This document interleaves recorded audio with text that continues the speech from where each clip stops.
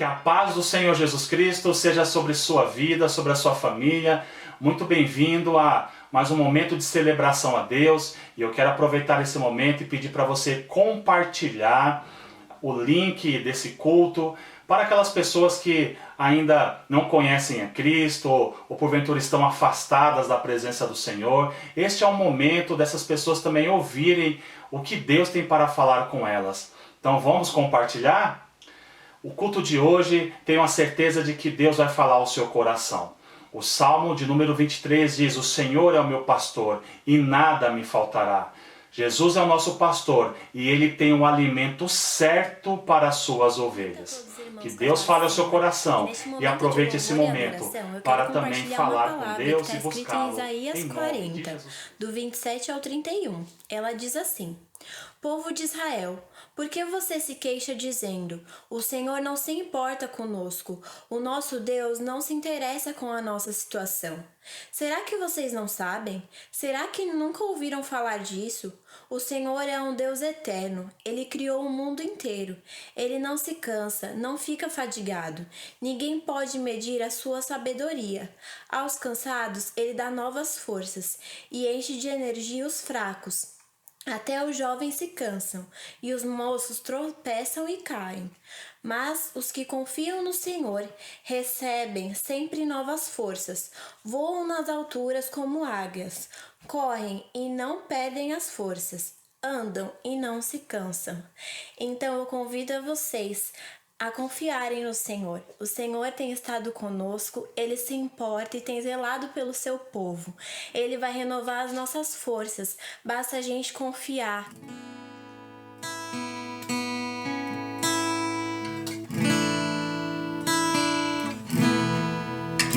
Tantas lutas, tantas dores, num deserto pareço estar, mas te entrego os meus temores. Sei que em ti, Senhor, posso confiar. Quero trazer à memória aquilo que me dá esperança. Quero trazer à memória aquilo que me dá esperança.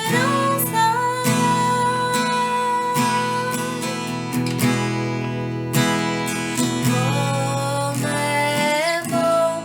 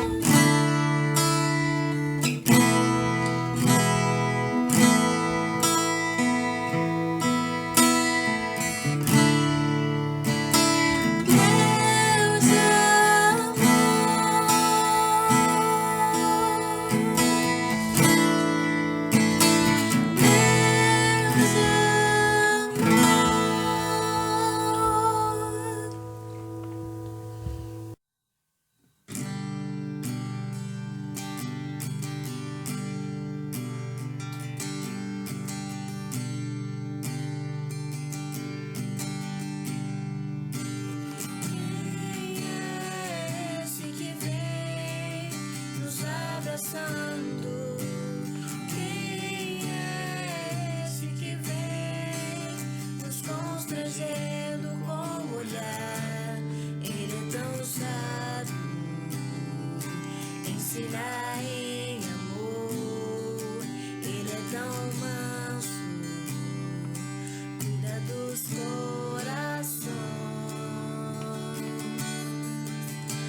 Quem é esse que vem nos abraçando? Quem é esse que vem nos constrangendo com o olhar? Ele é tão sábio, ensina em amor. Ele é tão manso, cuida dos corações. Ele entrou em casa, ele está na mesa, ele nos observa, sabe que o esperamos. E ao partir o pão, os nossos olhos se abrem e reconhecemos quem tu és. Ao som da tua voz, os nossos corações queimam de amor, queimam de amor. Nós arrumamos a casa, perfumamos ela toda, nos preparamos a mesa. Tome um lugar de honra. Nós arrumamos a casa, perfumamos ela toda, nos preparamos a mesa. Tome um lugar de honra.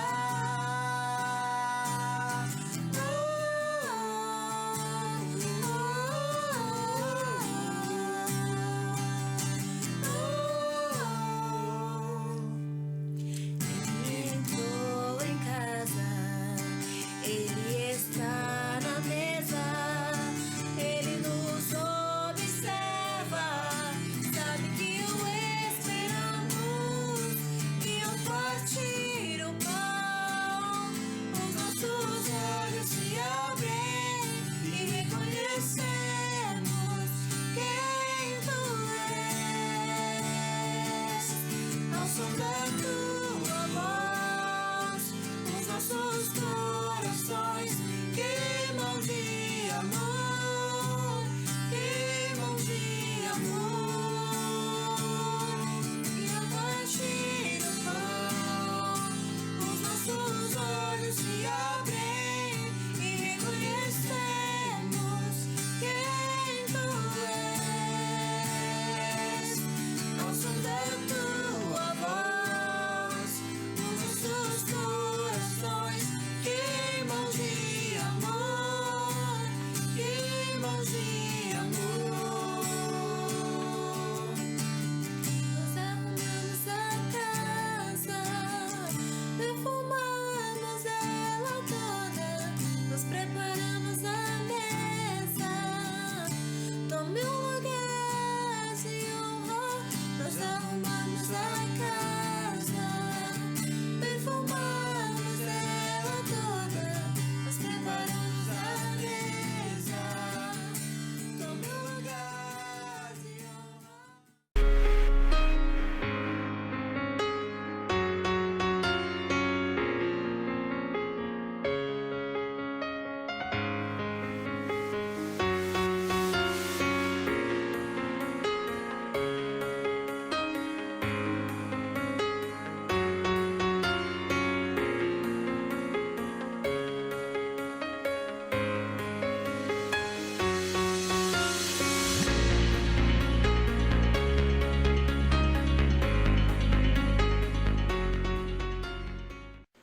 A paz do Senhor, queridos irmãos da IAP de Santo Amaro, que o Senhor possa continuar abençoando cada um de vocês.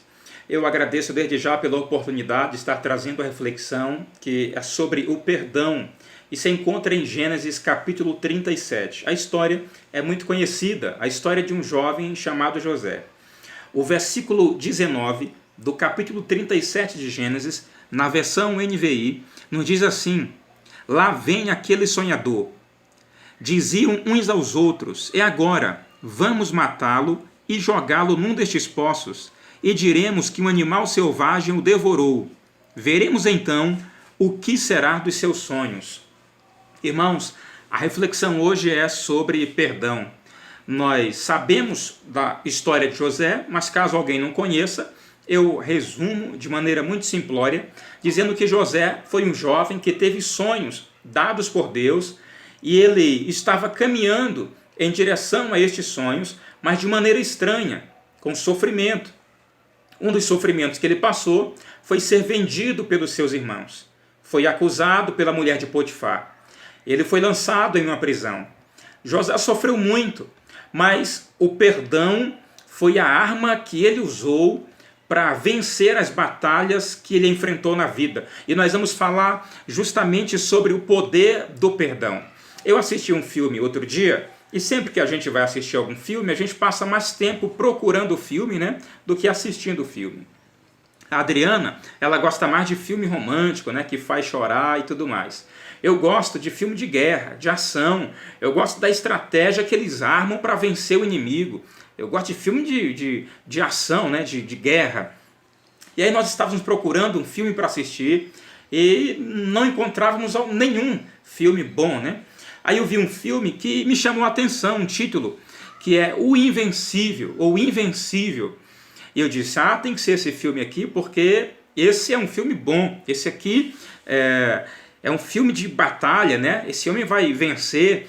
E aí nós colocamos o filme, começamos a assistir, e já começou com uma tragédia. Esse jovem, ele cai de um avião em alto mar com seus companheiros, e ficam ali durante 40 e poucos dias, rodeado por tubarões, sofrendo. E quando ele vai ser resgatado, quem o resgata é uma tropa inimiga japonesa, e leva ele para um campo de prisioneiros lá do Japão, e eles ficam sofrendo ali, sendo maltratados. Esse ator principal, que é o Invencível, o Homem Invencível, ele, além de ter sofrido com o avião caindo, agora está em um campo de prisioneiros no território inimigo, e está sofrendo muito, mas sofrendo muito. E o sargento maltrata muito ele, bate bastante nele, surra ele muito, dá a ele treinamentos que o fazem chorar, maltrata bastante. E ele apanha o filme inteiro. E eu fiquei pensando, né? Falei, como que esse cidadão é o invencível se ele está apanhando, se ele está levando porrada? E aí eu fiquei pensando, né? Como a gente vê em todos os filmes, falei, mas no final do filme vai ter uma reviravolta e ele vai vencer esse exército, vai vencer o sargento e todo mundo aí, né? Mas no final ele apanha ainda mais, ele sofre ainda mais. E eu fiquei vendo aquilo e esperando até o último minuto do filme, alguma reviravolta, e as letras começam a subir, a música começa a tocar, e eu fiquei pensando, mas cadê o Invencível?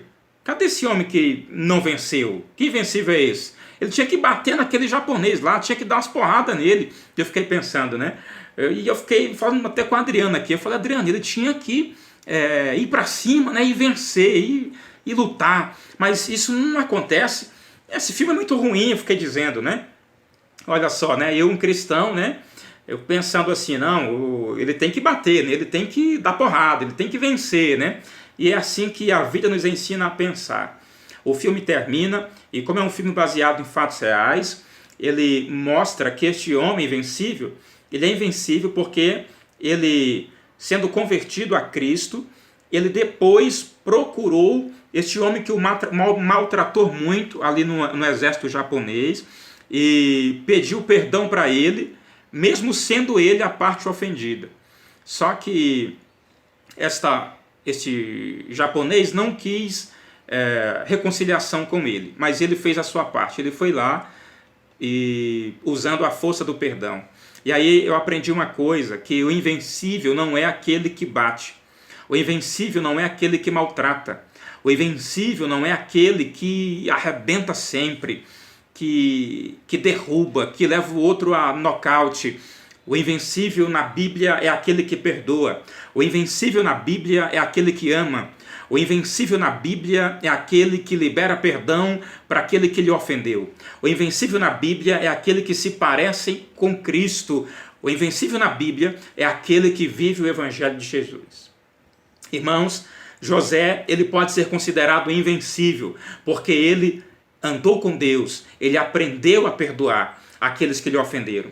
Se nós olharmos para o texto em apreço, que é o versículo 19, e tendo em vista toda a história, o verso 19 diz que os irmãos deles disseram assim: o que será dos seus sonhos? Alguém já tentou matar seus sonhos? Olha, se alguém já tentou matar seus sonhos, você está precisando liberar perdão para essa pessoa e ser um invencível em Deus. E aí o verso 19 ainda diz o seguinte: diremos que um animal selvagem o devorou.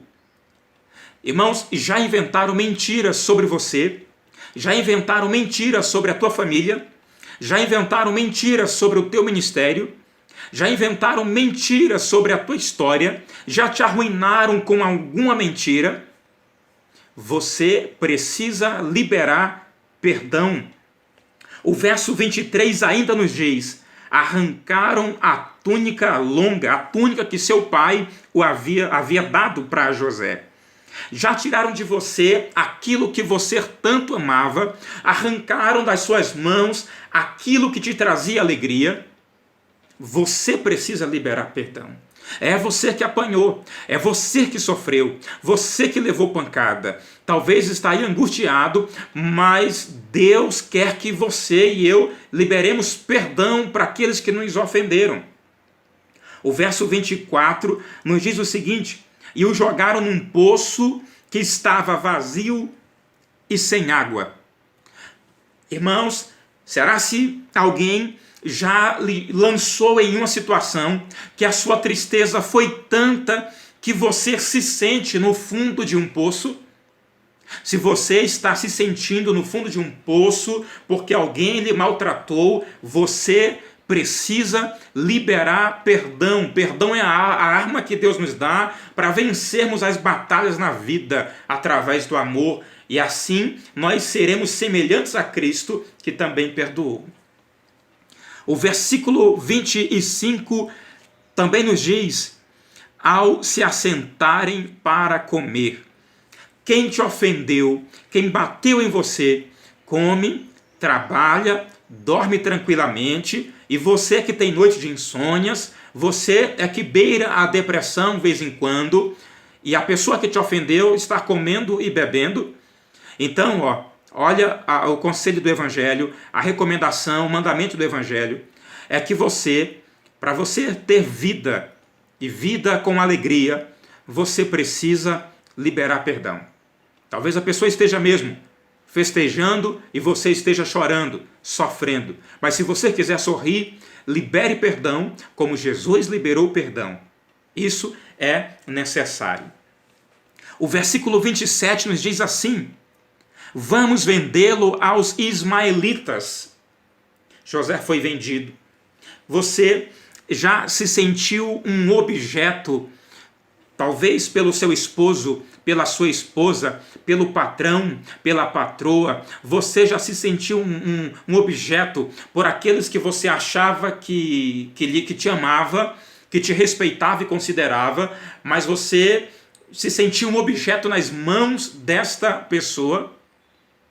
Se você se sente assim, se você passou por esses maus bocados que eu citei aqui, você precisa liberar perdão. Jesus disse que nós precisamos liberar perdão 70 vezes 7. É liberando perdão que a gente vence. É 490 vezes em um dia.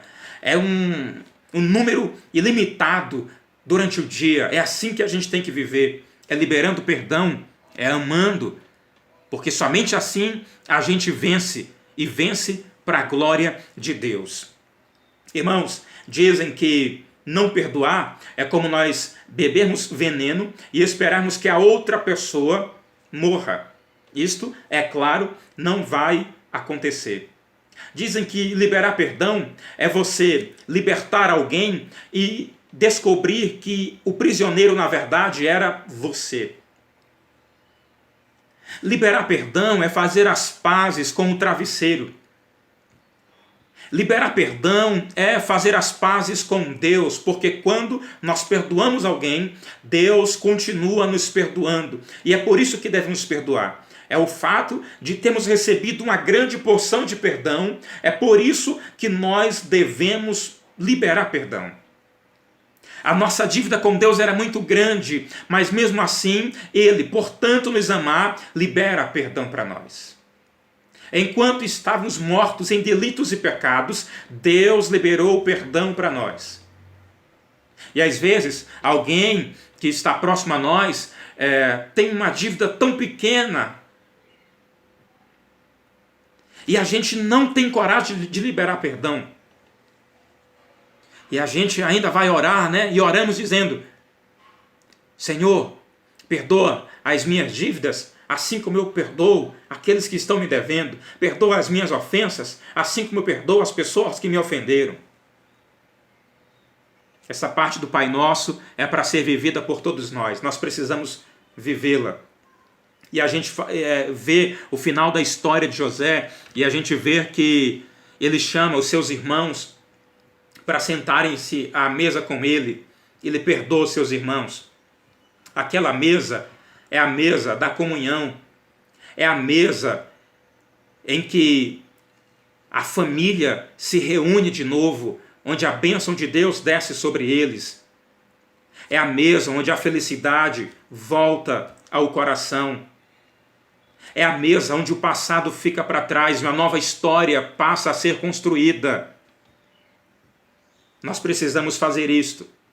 Jantar com o nosso inimigo, porque na verdade não é inimigo, e oferecemos uma janta. E eu brinco dizendo, uma janta sem veneno, né? Porque tem gente que pode fazer a janta, mas colocar veneno. O perdão, ele nos faz amar o outro, faz querer a gente querer o bem do outro e que o outro seja feliz e não desejar o mal para quem nos ofendeu. Por isso nós não devemos dar lugar ao diabo. Não deixar que a ira aumente nosso coração. Não deixar que a raiz de amargura encontre espaço em nós. Assim como Jesus perdoou, o Estevão também perdoou aqueles que estavam lhe apedrejando. E José também, que estamos falando aqui, ele dá um bom exemplo do que é perdoar e voltar a viver. Se você não está vivendo, volte a viver. Perdoe. Olha, o Augusto Cury, ele disse o seguinte: o inimigo que você não perdoa dorme na sua cama e atrapalha o seu sono. Se você quer voltar a dormir, libere perdão, perdoe, ame. Ame, mas ame para valer. E para finalizar, olhando para a história de José, olha, às vezes é uma picuinha, às vezes é uma bobagem que nos leva a nos intrigarmos com alguém. Olha, eu tenho um exemplo aqui. Sabe aquela cafeteira que a gente coloca a cápsula? Eu tinha tanta vontade de ter uma cafeteira daquela. Aí eu falei com o Adriano, né? Já estava pesquisando na internet, já estava vendo como é que ia fazer, que ia comprar, onde ia comprar. E um dia desses aí, alguns meses atrás, né? Eu entrei numa loja e o rapaz lá ofereceu um cafezinho daquele. Aí eu falei, é confirmação de Deus. Deus quer que eu tenha uma cafeteira dessa. Aí eu cheguei em casa, já falei com a Adriana que ia comprar a cafeteira e tal. Ela disse assim, não é hora de comprar a cafeteira. Irmãos, mas eu sou macho, sou piauiense. Sabe o que eu fiz? Obedeci a mulher. Falei, eu não vou comprar a cafeteira. Do que adiantaria, irmãos, eu comprar uma cafeteira e eu ficar de bem com a cafeteira, mas de mal com a minha mulher? Às vezes, são bobagens que nos levam a situações que causam tanto desgaste em nossa vida. E o que a gente precisa fazer é deixar de lado a cafeteira, deixar de lado alguma coisa, né? E falar, não, eu prefiro viver, eu prefiro respirar, eu prefiro dormir, eu prefiro amar, eu prefiro me parecer com Cristo. Que Deus abençoe a sua vida e que você e eu possamos viver o desafio desta reflexão, que é perdoarmos sempre para a glória de Deus. Amém. Graças a Deus, que palavra maravilhosa que veio ao nosso coração. A palavra de Deus é sempre assim, né? Ela é viva, eficaz, ela ilumina o nosso caminho. ela nos faz enxergar novos horizontes. Isso é a palavra de Deus, que nos liberta, salva e cura. Diante disso, eu quero orar agora com você. Como que está a sua espiritualidade? Como que está o seu relacionamento com Deus? Você pode ter muitas necessidades, talvez uma necessidade específica. Você pode apresentar diante do Senhor, mas vamos orar agora pela sua espiritualidade, pela sua comunhão com Deus. Ore comigo em nome de Jesus. Pai querido, eu quero com essa pessoa que está aqui interagindo neste momento orar pela vida dela, Senhor. Pela vida dessa família, Pai. Ó Deus, tenha misericórdia, Senhor, de nós. E a cada dia mais nós temos necessidades variadas.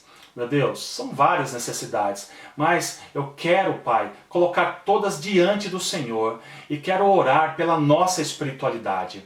Deus, não permita que venhamos perder o desejo de orar, de buscar a Tua face, de ler a Tua palavra, de crescer espiritualmente, de amadurecer espiritualmente. Senhor, esta família, este homem, esta mulher que está orando comigo agora, que está fraco, não tem força, meu Deus, reaviva novamente, reaviva, Senhor, as forças, Senhor, dá ânimo novamente, Senhor, tira essa pessoa que está caída, Senhor, dessa situação e levanta novamente, ó Deus, em nome de Jesus Cristo, Senhor. Pai, eu oro por esta casa, por esta família, que os dons espirituais da qual o Senhor distribuiu, o fruto do Espírito, seja manifesto na nossa vida e que possamos ser aquilo que o Senhor quer que sejamos, Pai. Em nome de Jesus, Pai. Bem sabemos que às vezes a vida é difícil, as lutas são muito grandes, mas não permita, Senhor, que venhamos nos abalar. Possamos estar firmados em Ti, firmados na rocha. A rocha é o Senhor Jesus. A nossa casa não está firmada na areia, mas se alguém firmou na areia, Senhor, restabelece, reaviva e fortalece, em nome de Jesus Cristo, Senhor. Eu oro, Pai, agradecendo a Ti e ministrando a Tua bênção para a glória e louvor do Teu santo nome. Amém? Espero que você receba aí agora a bênção do Senhor na sua vida. Quero te desejar uma semana abençoadíssima e despedir você dizendo que o Senhor Deus te abençoe e te guarde. Que o Senhor faça resplandecer o seu rosto sobre você e tenha misericórdia de você. Que o Senhor Deus levante o seu rosto e que o Senhor Deus vos dê a paz em nome de Jesus Cristo. Meus irmãos, a paz do Senhor Jesus. O livro do profeta Malaquias, capítulo 3, versículo 6 até o 12, traz ensinamentos maravilhosos para nós. No versículo 6, Deus apresenta a sua imutabilidade. Ou seja, Ele é imutável, Ele não tem variação de mudança. E por não mudar, este é o fato de não sermos consumidos. No versículo 7 e 8, Deus ele aponta o nosso pecado. Ele mostra para nós os nossos erros e onde estamos negligenciando com Ele. No versículo 9, Ele mostra as consequências. Já no versículo 10, Ele nos faz um convite. No versículo 11, Ele mostra o que Ele faz por nós, através da nossa fidelidade até Ele. E no versículo 12, nos apresenta para todas as nações da terra. E Ele como Senhor dos Exércitos. Estes versículos, irmãos, de Malaquias, vai falar a respeito dos dízimos e das ofertas. E nós, como povo de Deus, continuamos dizimando e ofertando. E eu gostaria de convidar você a continuar a sua fidelidade com Deus. A continuar a dar o seu dízimo e a sua oferta. É bem verdade que os templos estão fechados, mas a igreja continua avançando. E nós vemos que em Malaquias, Deus ele se apresenta como dono de todas as coisas. E Ele nos colocou na terra para administrarmos tudo aquilo que Ele coloca na nossa mão. E pede apenas que nós devolvemos o 10%. Queridos, continue firme, continue fiel. Você faz parte de uma obra que tem alcançado a terra. E nós cremos que o nosso trabalho não é vão no Senhor. Continue com seu dízimo e com a sua oferta. Que Deus te abençoe e te guarde, em nome de Jesus.